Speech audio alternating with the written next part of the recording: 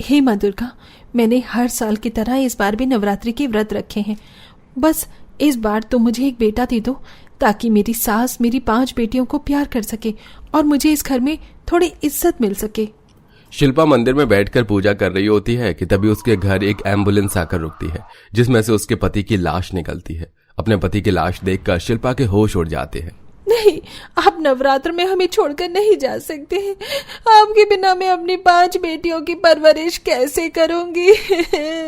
हे माता रानी, तो इस नवरात्रि मुझसे मेरा सुहाग नहीं छीन सकती। माँ, क्या पापा इस दुनिया में कभी नहीं आएंगे?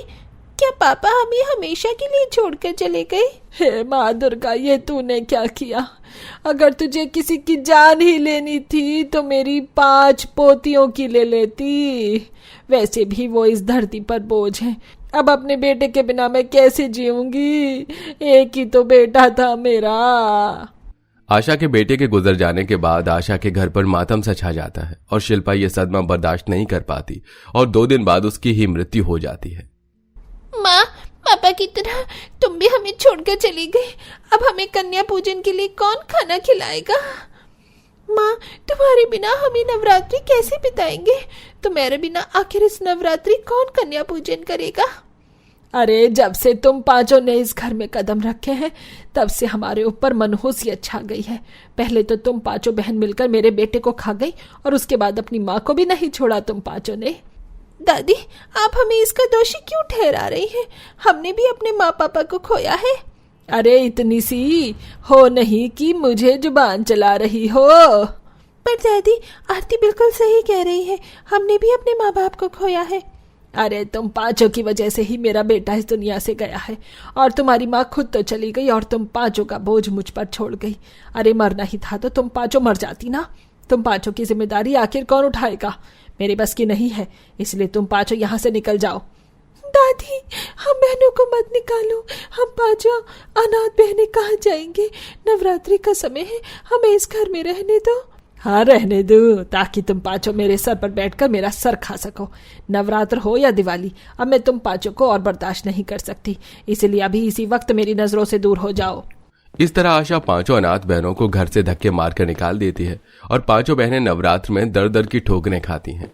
दीदी, नवरात्रि चल रही है और आज नवरात्रि का 5वां दिन है और हमने माता रानी की आज भी पूजा नहीं की। दीदी, कहीं ऐसा ना हो कि माता रानी हमसे नाराज हो जाए। दीदी, मुझे तो बहुत भूख लग रही है, कुछ करो ना। अगर आज माँ जिंदा होती तो वो हमें भूखी नहीं रहने देती।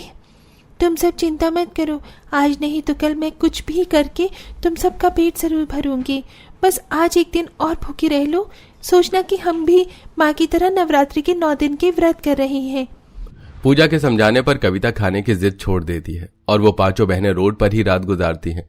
अगली सुबह फिर से कविता, नेहा और निशा भूख से तड़प रही होती हैं और वो तीनों अपनी भूख शांत करने के लिए पानी पीती हैं, पर पानी पीने से भी उनकी भूख शांत नहीं होती और पूजा अपनी बहनों को भूखा देख खाने की तलाश में जाती है, जहां उसे डस्टबिन में थोड़ा सा खाना नजर आता है। हे माता रानी, हम अनाथ बहनों की मदद कर। हमने कभी भी डस्टबिन से खाना निकाल कर नहीं खाया, पर आज ऐसी नौबत आ गई है कि मुझे अपनी बहनों को इस कूड़े का खाना देना पड़ रहा है।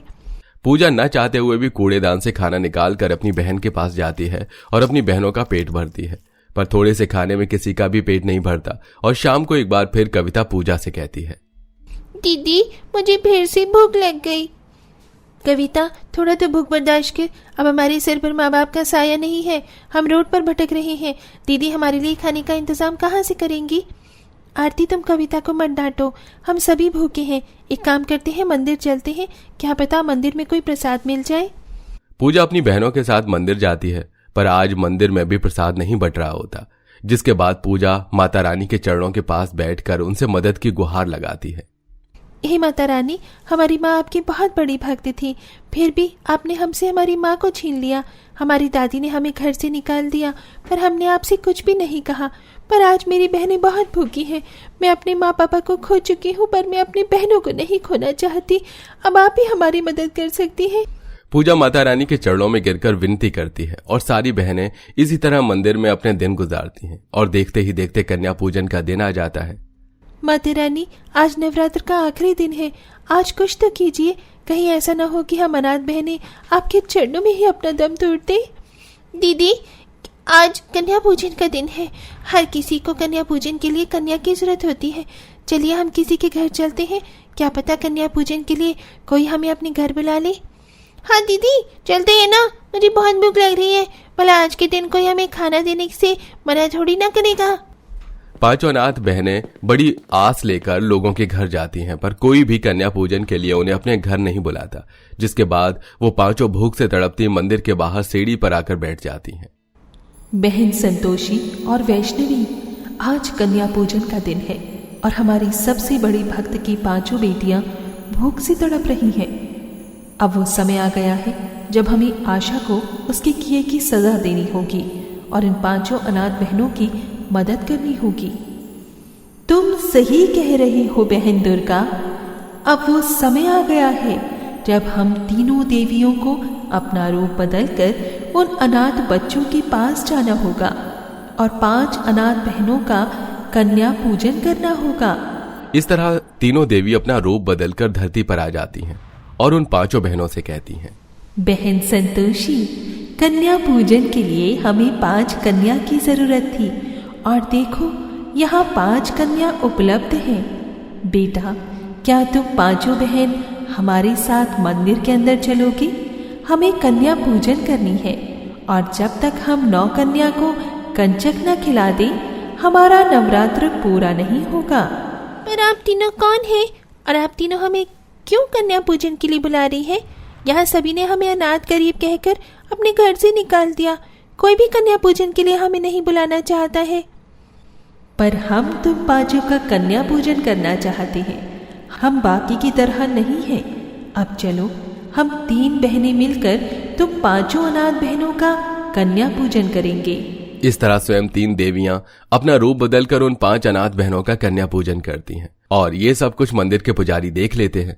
और वो जब 3 देवियों को कन्या पूजन करते देखते हैं तो वो हाथ जोड़कर 3 देवियों के सामने खड़े हो जाते हैं और उनसे कहते हैं, हे माँ, आप तीनों इन 5 अनाथ बच्चों का कन्या पूजन कर रही हैं, वो भी इंसान के रूप में। पर माता, मैं आपको पहचान गया। माँ, आप मुझे अपने असली रूप के दर्शन दें।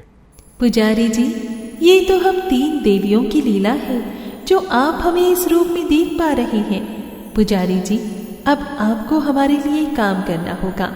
आपको इन 5 अनाथ बच्चों का ख्याल रखना है।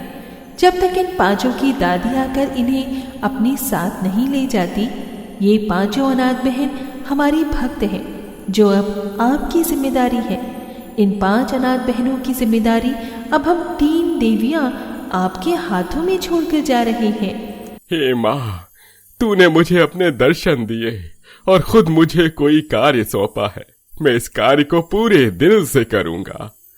इस तरह 3 देवियों के कहने पर पुजारी उन 5 अनाथ बहनों की जिम्मेदारी अपने सिर पर ले लेता है।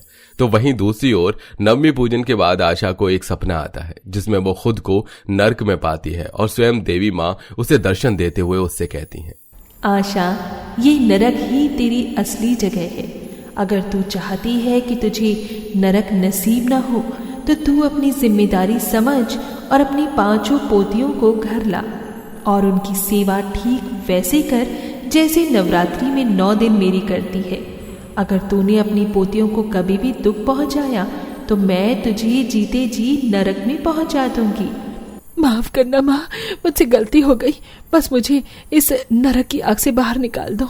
मैं आजीवन अपनी पोतियों को सर आंखों पर रखूंगी। आशा के इतना बोलते ही आशा की आंखें खुल जाती हैं और वो खुद को अपने घर में पाकर बहुत खुश होती है और नंगे पैर भागते हुए मंदिर जाती है और पुजारी से बात करके अपनी 5 पोतियों को घर ले आती है और फिर कभी भी उन 5 अनाथ बहनों पर अत्याचार नहीं करती और उनका अच्छे से ख्याल रखती है। वैसे दोस्तों, 9 देवियों में से आपकी पसंदीदा माता रानी कौन सी रही हैं, जिनको आप सबसे ज्यादा मानते हैं? कमेंट में बताना बिल्कुल मत भूलिएगा।